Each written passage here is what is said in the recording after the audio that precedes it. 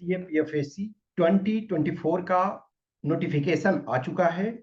आप लोग को पता है 506 वैकेंसी है और ये 2011 के बाद हाईएस्ट नंबर ऑफ वैकेंसी है। Means last more than 1 decade में आपके पास हाईएस्ट वैकेंसी 2000 जो आपका 11 था उसमें 655 वैकेंसीज थे और ये इस बार आपके पास 506 वैकेंसी है। इधर लास्ट 5-6 ईयर्स में 2018 में आपके पास 2018 में 466 वैकेंसी थे। ये गोल्डन अपॉर्चुनिटी है। अब आपके पास आज का डेट, अभी चूंकि अभी ये रात हो रहा है, जब आप इस वीडियो को जब मैं अपलोड कर रहा हूं तो ये ऑलरेडी रात हो रही है, तो आज छोड़ें, आज का ये फिनिश ही हो रहा। और जिस दिन आपका एग्जाम है 4th को, हम इन 2 डेज को छोड़ दें तो आपके पास 100 डेज है।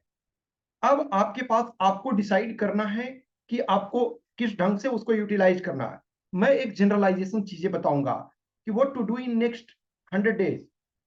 नॉर्मल एक क्या है, एक मैं कोई भी वीडियो रिकॉर्ड करके आपको अपलोड कर रहा हूं, ये मैं जनरलाइजेशन कर रहा हूं। हर कैंडिडेट यूनिक है। जो कैंडिडेट मान के चलो कि ऑलरेडी लास्ट ईयर के एग्जाम में क्वालिफाई हुए हैं, उनके लिए थोड़ा ये इजी है। और जो कैंडिडेट फर्स्ट टाइमर हैं और उनको बहुत सारी आइडिया नहीं है, उनके लिए डिफिकल्ट होगा। तो हर कैंडिडेट अलग अलग हैं। आप अपने को पहचानो, अपने पोटेंशियल को पहचानो और उस ढंग से एक्शन लो, उस ढंग से वर्क करो चीजों को। आपका कंपटीशन आपसे है, नो डाउट। आपका ग्रुप से भी कंपटीशन है, लेकिन मेन कंपटीशन आपका अपने से है। आप अपने पोटेंशियल को रिकॉग्नाइज करो, आप अपने शॉर्ट कमिंग्स को जानो, आप अपने पॉजिटिव निगेटिव जो आपको लगता है उसको देखो और उसके आधार पे वर्क करो, उसके आधार पे चीजों को करो। ठीक है, तो जनरल चीजों को मैं डिस्कस करूंगा। इसके पहले आप ऑलरेडी, आपको पता है बीएसएफ में highest number of vacancy 186, CRPF में 120, सीआईएसएफ में 100, आईटीबीपी 58, एसएसबी आपका 42। नोटिफिकेशन डेट 24 को था, लास्ट डेट एप्लीकेशन फॉर्म भरने का 14 में है और एग्जाम डेट आपका 4 अगस्त है। तो आपके पास 100 डेज बच रहे हैं। सबसे पहले बात आप भी ध्यान रखो कि यूपीएससी रिसेंट टाइम में 2023, इनफैक्ट आप 2020 से देखो, एवरी ईयर कुछ ना कुछ टफनेस बढ़ता जा रहा है। लेकिन सीएपीएफ के एग्जाम में देखो तो 23 में यूपीएससी ने जितने भी एग्जाम्स लिए हैं, टफनेस लेवल उसमें बढ़ा हुआ है। अब बेस्ट एग्जांपल लो, सिविल सर्विसेज जो सीएससी है, उसका कट ऑफ एवरी टाइम कम होता जा रहा। 2016 में कट ऑफ क्या था प्री में, सो पेपर 1 116 और 2023 का कट ऑफ क्या है 75 पॉइंट समथिंग, यानी 76 भी इसको मान लो, ऑब्वियसली 76 से कम है। इसका मतलब क्या है, 40 मार्क्स कट ऑफ कम गया। कैंडिडेट ज्यादा हुए, सीरियस कैंडिडेट्स ज्यादा आ रहे हैं, सीट्स अच्छा खासा था, 1000+ सीट्स, उसके बावजूद भी कट ऑफ क्या है 75 76 कट ऑफ गया, 75 point something. Assistant commandant exam का पेपर 23 देखो, टफनेस लेवल था। आप अभी रिसेंट जो सीडीएस एग्जाम हुआ है लास्ट वीक में, यानी 21 को, उसके पेपर देखो, टफ रहे हैं। तो जो 100 डेज में अभी क्या करना है, एक तो सबसे पहले ध्यान रखो, जो आपके अभी रिसेंट के जो एग्जाम्स हुए हैं सीएपीएफ के, तो लास्ट 10 इयर्स के क्वेश्चंस आपको प्रॉपर मेमोराइज होने चाहिए। मेमोराइज का मतलब ये नहीं सिर्फ रटो, उसको हर क्वेश्चंस को देखो समझो। 23 वाला जो एग्जाम है उसके हर क्वेश्चन को एनालाइज करो। इंपॉर्टेंट ये नहीं है कि आप आंसर जानते हो, इंपॉर्टेंट ये है कि क्वेश्चन किस ढंग से पूछा गया, क्वेश्चन किस ढंग से फ्रेम किया गया, इसको जानना जरूरी है। अभी देखोगे कि एक यूनिक पैटर्न इमर्ज हो रहा है। ये डेंजरस पैटर्न है। डेंजरस पैटर्न का मतलब है कि लास्ट टाइम सिविल सर्विसेज में जो क्वेश्चन पूछा गया, कई सारे क्वेश्चंस की 1 to 4 ऑप्शंस दिए हुए हैं, how many statements are correct. मान के चलो 4 स्टेटमेंट्स दिया हुआ है, तो 1 ओनली, 2 ओनली, 3 ओनली, ऑल 4। इसमें से जब तक ऑल 4 नहीं जानोगे तब तक बना ही नहीं सकते हो। अभी का जो सीडीएस है उसमें 3 ऑप्शंस वाले दिए हुए थे, 1 only, 2 statements only, 3 statements only, none. ये टाइप वाले क्वेश्चंस। अब ऐसे क्वेश्चंस आ रहे हैं तो बहुत मुश्किल है। बहुत मुश्किल है, क्या मतलब ऐसा नहीं है कि आप क्वालिफाई नहीं करोगे, मार्क्स नहीं आ रहे हैं, लेकिन आप देखोगे कि जो ग्रेजुअली जो आपके सीएससी में है, सीएससी बेस्ड पैरामीटर्स है, उसमें क्वेश्चंस नो डाउट बहुत टफ था। 23 वाले पेपर देखो, अब तक का टफेस्ट था। हम ये नहीं कर रहे हैं कि उस लेवल का आएगा, लेकिन टफनेस लेवल थोड़ा बढ़ेगा, टफनेस लेवल आपका रहेगा। तो एक तो अभी जो ऐसे सीरियस जो जिन लोगों ने दिया है एग्जाम, फिर भी फिर से उसको एनालिसिस करो, और जिन लोगों ने सीरियस नहीं दिया है, अभी वाला जो 21 इधर एग्जाम हुआ, उसको आप एनालिसिस करो, उसको प्रॉपर तरीका से देखो, उसको हर क्वेश्चन को, ये बेस्ट वे है। एनडीए वाला भी एग्जाम को आप देखो, जो लास्ट टाइम सीएसई का एग्जाम हुआ 23 में, उसके भी क्वेश्चंस को देखो। इधर यूपीएससी ने कुछ और एग्जाम्स लिए, जैसे 23 में 2023 में ईपीएफओ का 2 एग्जाम हुआ। ईपीएफओ का एक आपका असिस्टेंट कमिश्नर का, और एक आपका ईओ और एओ, उनके भी क्वेश्चंस को देखो। उन हर क्वेश्चंस को, जो जो बियॉन्ड आपका, अब ईपीएफओ वाले में क्या है, कुछ क्वेश्चंस अकाउंटिंग से है, तो अकाउंटिंग सोशल सिक्योरिटी वाले कुछ हैं, उनको एलिमिनेट करो, उनको मत देखो। लेकिन जो नॉर्मल क्वेश्चंस हैं उनको देखो, उनको वर्क करो पेपर 1 में। तो पहला एक काम करो कि सीएपीएफ का लास्ट 10 इयर्स के क्वेश्चंस को प्रॉपर तरीका से, यदि आपने किया हुआ फिर भी उसको बार बार करो, रेगुलर रूप से करना चाहिए। और जो लास्ट यूपीएससी कुछ एग्जाम्स लिए हैं, मान के चलो 6-7 एग्जाम्स के पेपर लास्ट 1 ईयर वाले, उसको प्रॉपर तरीका से एक एक क्वेश्चन को देखो, एक एक क्वेश्चन के ऑप्शन को देखो, ट्राई करो क्या हम जान रहे हैं। तो एक ये हो गया। दूसरा, करंट अफेयर्स को प्लीज प्लीज प्लीज अच्छे तरीके से करो। कुछ क्वेश्चंस आपको लगता है ना कि वो हिस्ट्री का है, लेकिन हिस्ट्री के अचानक जो क्वेश्चंस क्यों पूछा जा रहा है, क्योंकि कभी कभी क्या होता है, न्यूज़पेपर में, किसी एडिटोरियल में उस टॉपिक का जिक्र आया है, तो न्यूज को प्रॉपर तरीका से, करंट अफेयर्स को प्रॉपर तरीका से देखो, एडिटोरियल वगैरह प्रॉपर तरीका से देखो। अब आप लास्ट 1.5 ईयर का फिर से एडिटोरियल नहीं पढ़ने जाओगे, पूरे न्यूज़पेपर नहीं खंगालने जाओगे। तो जो लास्ट 1 ईयर का जो मंथली मैगजीन आप ले रहे हो, कोई भी मंथली मैगजीन जो ले रहे हो, उसमें कोई इंपॉर्टेंट इशू है जो लगता है आपका हिस्ट्री से संबंधित है, उनको देखो, उनके ऊपर करो करंट अफेयर्स। और जो बेसिक्स आपके बुक हैं, हर टॉपिक में आपको बेसिक बुक करने हैं। ये इसको मैं कुछ कुछ और चीजें आगे जैसे सब्जेक्ट वाइज मैं एक्सप्लेन करूंगा। कुछ प्रीवियस ईयर जैसे 23 वाला जो क्वेश्चन है, उसको भी मैं सब्जेक्ट वाइज कर दूंगा, एक एक करके, एक एक सब्जेक्ट करके। कुछ और चीजें मैं स्ट्रेटजी के पॉइंट ऑफ व्यू से चीजों को एक्सप्लेन करूंगा। जो लायन शेयर है, जैसे मान के चलो कि आपका साइंस है, साइंस में एनसीईआरटी को लाइन वाइज करो, 9th-10th वाले को, और 12th वाले कुछ चैप्टर्स हैं उसको लाइन वाइज करो विद फिगर। आपके पास इंटेंस कंपटीशन होता है। आप ये मत सोचो कि सिर्फ और सिर्फ ट्रेडिशनल असिस्टेंट कमांडेंट के कैंडिडेट्स आपके साथ फाइट कर रहे हैं, आपके साथ वो फाइट कर रहे हैं। कुछ हो सकता है कुछ ऐसे लोग जो सिविल सर्विसेज का इस बार एग्जाम दिए, ये इंटरव्यू दिए हैं, वो भी आपके कंपटीटर होंगे। तो आप उस चीज को इग्नोर नहीं कर सकते हो। आप अपने स्ट्रेंथ को पहचानो, सीट्स ज्यादा हैं, वैकेंसी ज्यादा हैं, चांसेस आपके ज्यादा हैं, लेकिन वैकेंसी इतना ज्यादा नहीं है ना, 10-20 थाउजेंड नहीं है, 500 भी है तो 0.5% लोगों का रिजल्ट होगा, बट अच्छा है, चांसेस है। तो उसको देखो, प्रीवियस ईयर पेपर को प्रॉपर करो, जो लास्ट 1 ईयर में 5-6 एग्जाम्स यूपीएससी ने किया है उनके क्वेश्चंस को देखो। न्यूज़पेपर का आप रेगुलर रूप से चीजों को करो, जो एडिटोरियल वगैरह के कुछ नोट्स वगैरह आपने किया हुआ उसको रिवाइज करना। और नहीं, अब एडिटोरियल को पूरे लास्ट 1 ईयर का नहीं आप जाओगे फिर से करने, तो जो मंथली मैगजीन है उसको करो। टेस्ट सोल्व करो, टेस्ट हर हाल में लगाओ जहां आपको मिलता है। मैं किसी स्पेसिफिक नहीं बोल रहा हूं कि आप मेरे पास लिखो या किसी और के, जहां मौका मिलता है टेस्ट को लिखो, और क्वेश्चन को एनालिसिस करो, क्वेश्चन को देखो, और छोटे छोटे नोट्स को प्रिपेयर करते रहो। नोट्स दो तरीके से प्रिपेयर करना, एक तो जैसे क्वेश्चंस आप सोल्व करते हो तो उस आधार पे लिखो, और एक या सब्जेक्ट वाइज, ठीक है, पॉलिटी है पॉलिटी में हमको मेजर जो है 20-30 चैप्टर्स हैं, तो उस पॉइंट ऑफ व्यू से उसको बना लिए। इकोनॉमी है, एक हमने सेक्शन दे दिया। साइंस है, एक सेक्शन हमने रखा। फिर आपका हिस्ट्री है, उसमें हमने सेक्शन बना लिया। इस ढंग से नोट्स छोटे छोटे हों, ताकि जो लास्ट के आपके तब एक तरह से 100 डेज हैं, तो नोट्स थोड़ा थोड़ा आप ऐड करना। डिटेल आपको नोट्स नहीं लिखना। कुछ तो आप नोट्स पहले से लिख रहे हो, उसमें थोड़ा थोड़ा एडिट करो। कुछ जहां कट करने का है उसको हटा दो, जो रिलेवेंस नहीं है, रिलेवेंट नहीं है, और जो रिलेवेंट है उसमें ऐड करते चलो। तो टेस्ट को लिखो, करेंट अफेयर्स पे ज्यादा ध्यान दो। करेंट अफेयर्स बहुत इंपॉर्टेंट है। सिर्फ ये नहीं देखो कि 20 क्वेश्चंस आपके करेंट क्या आ रहे हैं। हिस्ट्री के कुछ एस्पेक्ट्स हैं, पॉलिटी के कुछ एस्पेक्ट्स हैं, ज्योग्राफी के कुछ एस्पेक्ट्स हैं। वो लगेगा ट्रेडिशनल ज्योग्राफी का क्वेश्चन है, लेकिन ज्योग्राफी का क्वेश्चन आया क्यों? करेंट अफेयर्स के कारण आया।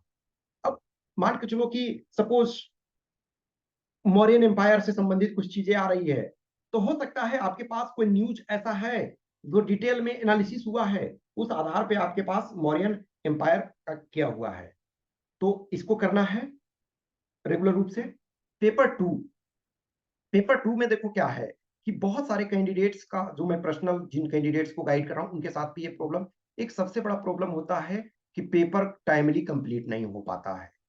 टाइमली पेपर कंप्लीट करने के लिए आपको प्रैक्टिस करने की जरूरत है।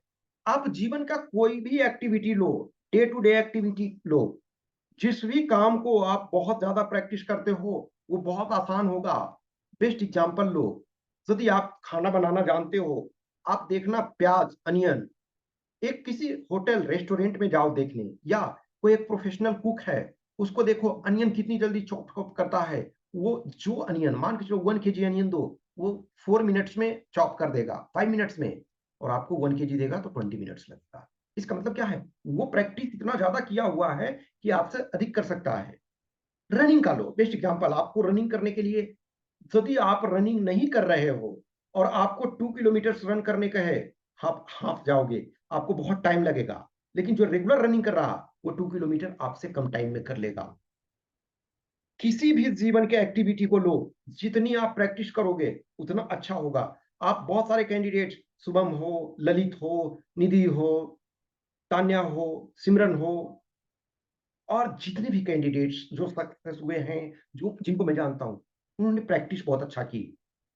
रोशन 21 में सिलेक्शन हो गया था, 22 में भी रिटर्न क्वालिफाई था, बीपीएससी में 18th रैंक आया, डिप्टी एसपी बना। तान्या सिविल सर्विसेज में भी देखो सेलेक्ट हुई। क्यों? ये लोग प्रैक्टिस, जब आप प्रैक्टिस करते हो तो आपका टाइमली कवर होता है। और ये किसी के लिए नहीं, मैं खुद उस बात का गवाह हूं कि जब मैं खुद चीजों को प्रैक्टिस नहीं करूंगा तो मेरे से भी चीजें नहीं हो पाती है। प्रैक्टिस करो तो होगा। तो प्रैक्टिस जरूरी करो जितना हो सकता है। प्रैक्टिस करने का यह मतलब नहीं है कि आप टेस्ट ही लिखो। आप प्रीवियस ईयर का पेपर लो 3 आवर्स का, और उसको लिख डालो।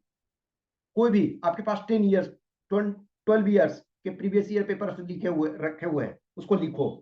टेस्ट कहीं आप लिखते हो, मान के चलो एक टेस्ट आपने लिखा, आप उसको 2 बार 3 बार प्रैक्टिस कर सकते हो। जितना अधिक से अधिक प्रैक्टिस करो। हाँ, आप कहीं ऐसे जगह लिखते हो टेस्ट जहां आपको प्रॉपर फीडबैक मिलता है, तो आपको इंप्रूवमेंट करने का मौका मिलता है।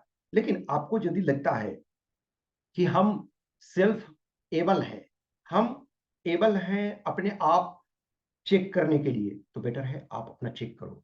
या कोई सीनियर हैं, आपको सपोर्ट करते हैं कि ठीक है तुम टेस्ट लिख करके मुझे भेजो और मैं चेक कर दूंगा, ऐसे कोई सीनियर आपको बोलते हैं, तो आप उनके पास जाओ। तो एक तो प्रैक्टिस सबसे जरूरी। दूसरा, थीम। 10-20 थीम्स में एक टाइम लगने का, आप अपने आप से पूछना टाइम क्यों लगता है? क्योंकि आपके पास आइडियाज नहीं तुरंत जनरेट होते हैं, आइडियाज नहीं आ पाते हैं। अब कोई टॉपिक पूछ लिया गया, हम ये इसको एक्सप्लेन करेंगे आगे आने वाले दिनों में, क्वेश्चंस वगैरह लेके। रैंडम क्वेश्चन देखा आपने, आपको आइडिया नहीं मिल रहा, तो जब आप थीम वाइज कुछ कंटेंट तैयार करके रखोगे, तब आपके पास प्रॉपर तरीका से बनाने के लिए आपके पास होगा, आपके पास चीजों को करने के लिए होगा। ठीक है, तो आप 20 थीम्स वगैरह ये करो। ठीक है, 20 थीम्स को तैयार करके रखो। ओके, सो जैसे सपोज करो विमेन इशू है, मान के चलो, तो विमेन पे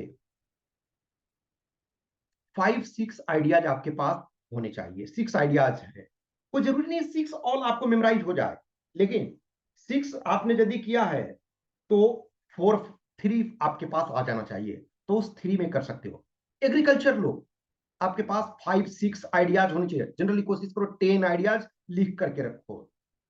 इंटरनल सिक्योरिटी है, 10 आइडियाज लिख करके रखो कि क्या क्या इंटरनल सिक्योरिटी में, और उसको टॉपिक के अनुसार चेंज करो। ये मैं लास्ट मोमेंट में कुछ प्रोवाइड कराऊंगा, जो कुछ जैसे जो मेरे से जुड़े हुए स्टूडेंट्स हैं जो टेस्ट लिख रहे हैं, तो कुछ चीजें मैं उनको बताता हूं, लेकिन कुछ चीजें हम प्रोवाइड भी कराएंगे ओपन सेशन में। एवरी टाइम मैं टॉपिक्स प्रोवाइड करता हूं, कुछ चीजें इस बार मैं कुछ एक्स्ट्रा प्रोवाइड कराऊंगा, मेरे लिए भी मोटिवेशन है। ठीक है, रिजल्ट ज्यादा होता है तो मेरे लिए भी फायदा है। तो हमेशा 10 आइडियाज। अब इंटरनेशनल रिलेशन, उसमें 10 20 आइडियाज लिख करके रखो। हमारे नेबरहुड 10 आइडियाज ये। हमारे जो इलेक्शन अभी है चल रहा है, उस पर कुछ चीजें लिख करके रखो। तो वैसे ही 20 थीम्स है, उसमें सपोज 10 10 पॉइंट्स, वो पॉइंट्स बहुत बड़े नहीं होने चाहिए कि 10 10 लाइन का 29, 10 पॉइंट्स है तो 2 2 लाइन का। वैसे ही तो यानी कि 20 थीम्स, 10 पॉइंट्स। इन्वायरमेंट हो गया, साइबर सिक्योरिटी हो गया, तो 20 थीम्स, 10 पॉइंट्स, 200 पॉइंट्स आपके होने चाहिए। फिर एवरी 20 थीम्स जो है उस पर 3 3 कोट्स, तो आपके पास 60 कोटेशंस होंगे। तो 60 कोट्स आपको ध्यान होना चाहिए।